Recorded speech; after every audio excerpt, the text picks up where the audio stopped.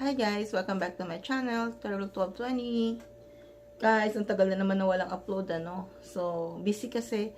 Busy sa work, so ang daming ginagawa. And then, pagdating ko sa bahay, pagod na rin ako. So, hindi ako nakakagawa ng content. So, for today's video, ang gagawin natin ay mag-unboxing tayo. So, madalang na ako mag-unboxing guys, kaya pa-support naman. So, mag-unboxing tayo ng aking bagong phone. Yung bagong mobile phone. Kasi yung ginagamit ko na phone na Android, sometimes hindi sometimes, madalas nagluluko. So, minsan hindi ako matawagan. Naka-on naman siya, may signal naman ako. Most of the time, hindi ako matawagan. So, nagda-direct agad sa voicemail. So, nainis ako. Kaya, sabi namin ni Chris, kuha na lang tayo ng bagong phone. Actually, dapat, matagal na akong kumuha ng bagong cellphone. Kaya lang, hinintay namin na lumabas talaga yung bagong iPhone ngayon. So, in-order namin ito last month pa. So, dumating ito last week. So, ang tagal na rin na nandito lang. Sabi ko, i-unboxing ko muna bago siya i-activate. Ayan, so kaya tomorrow ipapa-activate na namin siya. Kaya ngayon ako mag-unboxing, di ba? Ang sipag talaga. So itong phone na to ay iPhone 15 Pro Max. Ayan, so dito kasi wala pa siya sa store, so per order pa siya. Yesterday nga tumatawag na yung service provider. Sabi kailangan na daw naming i-activate itong phone. Pinapupunta na kami sa outlet para ma-activate na siya. Kasi nakita nila na na-delivered na dito last week pa.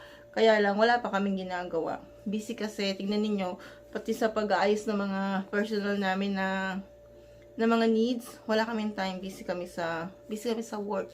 Ganito sa Amerika, walang ginagawa mga tao dito, kundi magtrabaho. Ayan, minsan nga, alam nyo ba, namimiss ko yung buhay ko sa Pilipinas. Ang sarap ng buhay natin dito sa Pilipinas. Hindi katulad dito talagang kakayod ka. Tapos kapag napagod ka, wala kang choice kundi ikaw pa rin ang gagawa ng mga pangangailangan mo. Unlike sa Pilipinas, kapag pagod ako, kahit na may automatic na washing machine, tatawag ako na may maglalaba, diba? Dito hindi ko afford magpalaba. So, hindi ko afford ang magkaroon ng kasambahay dito, unlike sa Pilipinas, napakadali, di ba? Kapag ayaw kong mag-general cleaning, magpapatawag lang ako, manghihiram ako ng kasambahay ng kapitbahay namin, papupuntahin ko sa bahay para mag-part-time, ganun. Dito, hindi. So, pagkatapos mo magtrabaho, ikaw pa rin na magluluto ng pagkain mo. Unlike sa Pilipinas, may pwedeng may magluto sa'yo, di ba? Kaya ang hirap ng buhay dito, guys. Hindi ganun kadali kumita ng pera dito sa ibang bansa. Akala ng iba napakadali na kumita, pero hindi. Pagod ang utak, pagod ang katawan. So, kaya pagdating ko sa bahay, bagsak, tulog. Kaya paano pa ako makagawa ng content, ang hirap. So, parang ko na rin, update sa buhay dito sa Amerika, tsaka unboxing itong video natin for today. Ganun. Kaya, kapag mayroong mga nagme-message sa akin, hindi ko kaagad na sasagot sa messenger. Alam niyo naman kapag nasa work, kasi kapag nasa work, talagang work. Trabaho talaga. Hindi ka pa pwedeng makipagchika-chika, ganun. Hindi katulad sa atin sa Pilipinas, na pwedeng makipagchika-chika ka sa mga coworkers mo, pwede kang ganun. Dito, no. It's a big no. Kapag nagpumasok ka, yung buong 8 hours mo, itatrabaho mo yun.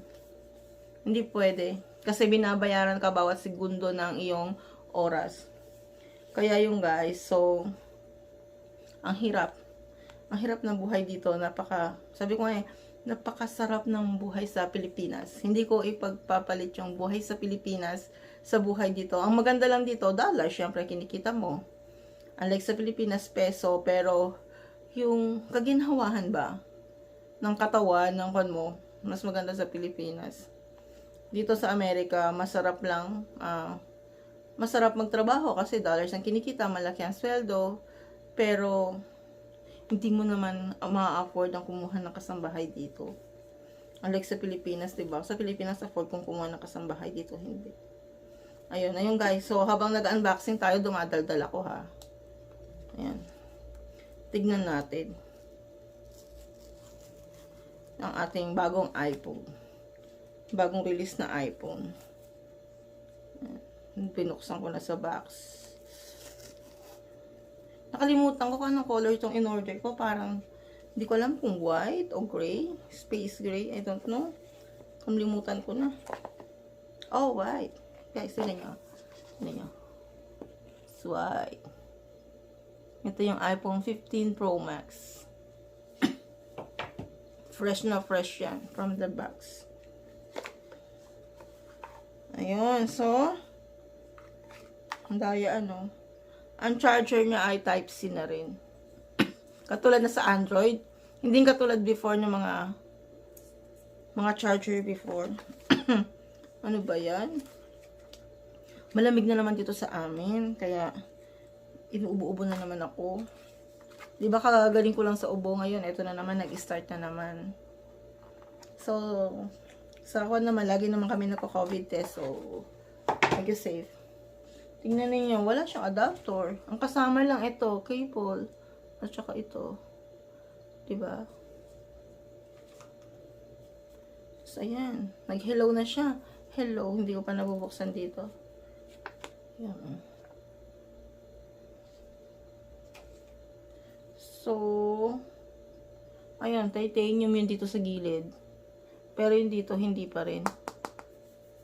Parang plastic pa rin siya.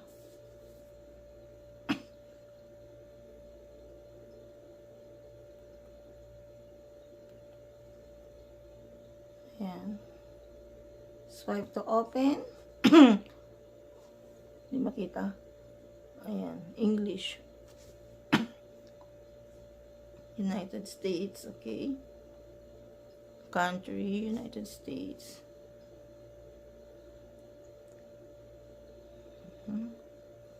Continue.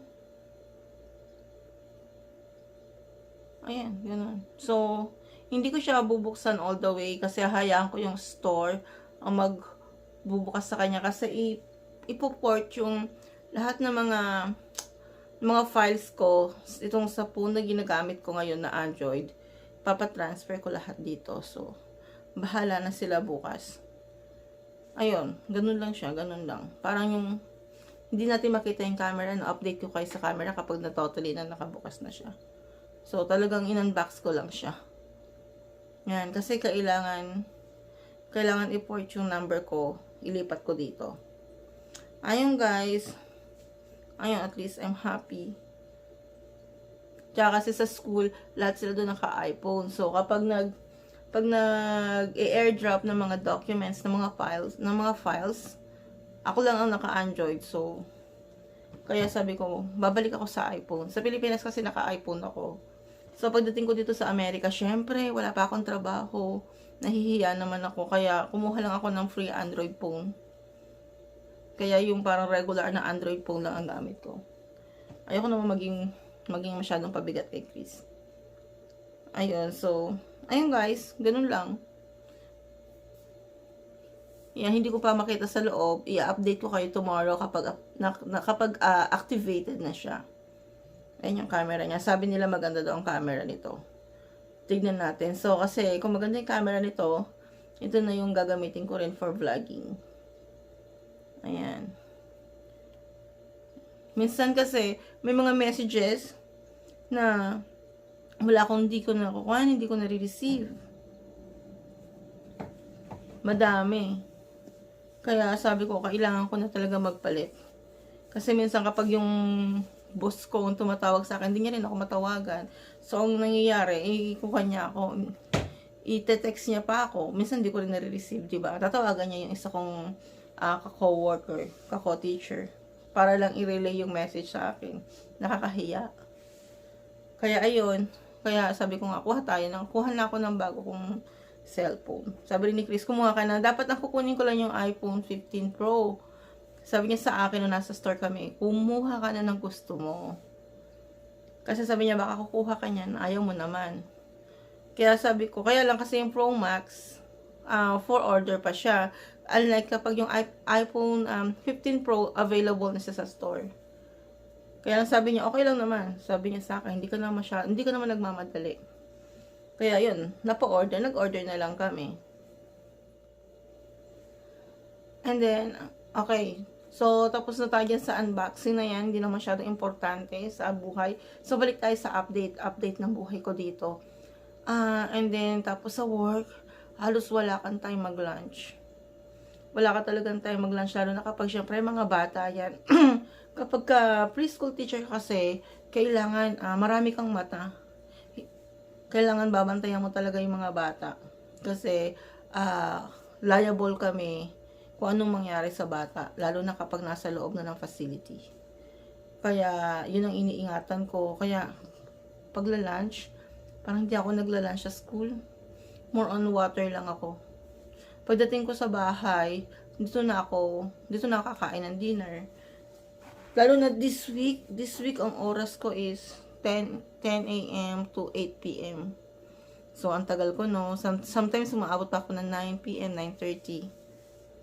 Depende sa schedule ng pick up ng mga bata. Kasi may mga batang hindi agad na pick up ng mga parents. So, I need to wait for them na hindi mo lang pwedeng iwanan yung mga bata na yun. Kasi may after school program din kami. Kaya yun. Ako nag-closing this week. Kaya pagod. Sobrang pagod. Kaya, ay nako. Kung maganda ang trabaho niya sa Pilipinas, dyan na lang kayo. Mas masarap dyan. Dito, dollars ang kinikita. Dollars din naman ang ginagastos, diba? So, parang same lang din. And then, marami nagme-message sa akin, humihingi ng tulong. So, hindi pa ako nakakapagbigay ng tulong ngayon. Kasi parang, di ba, 1 year akong walang trabaho. Parang naghahabol pa rin ako, guys. Naghahabol pa rin ako ng mga bayarin ko, mga bills ko, di ba? May mga bills pa rin naman ako sa Pilipinas. So, kaya huwag kayong magtatampo sa akin kasi maraming priorities pa na dapat akong asikasuhin. So, sa pagtulong, ang hirap pa sa ngayon. Kasi wala pa naman ako 1 taong nagtatrabaho, ilang months pa lang ako nagtatrabaho, 'di ba? Tapos yun, ay nako, pagod. Unlike iba kasi yung mga bata natin sa Pilipinas at saka sa mga bata dito. Ibang-iba, napakalaki ng difference. Yung mga bata natin sa Pilipinas, ang daling pagsabihan. Dito, kahit sumigaw ka na, hindi ka pakikinggan ng mga bata. Ganun sila dito. Ang hirap. Mga sutil mga bata dito. Pero, alam niyo naman, mga bata ay bata. So, iba kasi ang culture na kinalakayan nila. Iba, napakalaki lang, as a teacher, sa Pilipinas at saka dito, napakalaki ng difference ng culture pagdating sa mga pag-uugali ng mga bata. Kakaiba. Sobrang kakaiba yung mga bata dito, oo. Ewan ko, bakit ganun yung mga bata dito? Pero okay naman, masaya naman. Masaya naman ako sa work ko kasi marami mga bata na nakapaligid. Basta kapag may bata, masaya ako. Yun. Nakakatuwa lang yung mga bata. Lalo na kapag yung mga bata, yesterday, meron akong 3 bata. Sabihin nila sa'yo, I love you, teacher. You're so funny, teacher. I love you. Diba? Nakakatuwa yun. Nakakataba ng puso kapag may mga ganong sweet na bata. Pero wag lang silang susumpungin. Kapag may mga sumpong, nako, ang hirap. Ang hirap at tahimikin. Hyper ang mga bata dito. Masyado silang active. Physically active yung mga bata dito. Tapos, syempre, ang culture nila, malalakas ang boses. So, sanay na kahit na sumisigaw ka na, sa ating mga Pinoy, kahit na pasigaw na tayo, sa kanila parang normal voice lang yun. Kaya, ang hirap. Kaya lagi akong namamaos, tsaka lagi masakit na lamunan ko dahil sa mga bata. Kasi kapag mahina ang boses mo, hindi ka naman nila pakikinggan. Parang baliwala lang sa kanila. So, ayun. Ganon yung mga, ganon yung update ko sa akin trabaho, sa buhay dito. Yun lang, masasabi ko lang, mahirap na masaya. Mahirap na masaya, oo. Masaya kasi kapag gusto mo yung ginagawa mo, masaya ka. Pero physically at saka mentally, nakakapagod. Pagod siya, kaya pag sabi ko nga sa inyo kanina, 'di ba? Pag uwi ko, kakain lang tapos matutulog. Tulog na ako. Ang regular time ko is 3:30, nasa bahay na ako, or 4 p.m. Yun, after ko lang kumain, tapos nakapag-shower, tapos bagsak na ako, tulog na ako, gigising na naman ako the next day, trabaho na naman ulit. Ganon ang buhay. So, pero I'm still blessed kasi may trabaho, 'di ba? Kahit paano kumikita. So, yun ang pinapasalamat ko. Pinapasalamatan ko si God na kahit na pagod, kahit na makukulit yung mga bata, at least yung makukulit ng mga batang yan, yan ang nagbibigay ng income sa akin, 'di ba? Kung wala sila, wala akong trabaho. Kaya yan. So, I'm grateful pa rin sa mga nangyayari sa akin dito, kahit na nakakapagod, 'di ba? At least sa ngayon, kahit papaano nakapag-adjust na ako. Pag-adjust na ako sa weather, sa pagkain, lahat. Tapos yun, tsaka natutuwa ako, may activity na ako. Unlike before na wala akong trabaho, nasa bahay lang ako, 'di ba? Kahit tumaba ako ng tumaba. So unlike ngayon, nasa school ako. So at least nakakagalaw-galaw ako, kumikilos ako. Parang may exercise na rin ako. And then kumikita ka pa. Ayun lang yung maganda doon.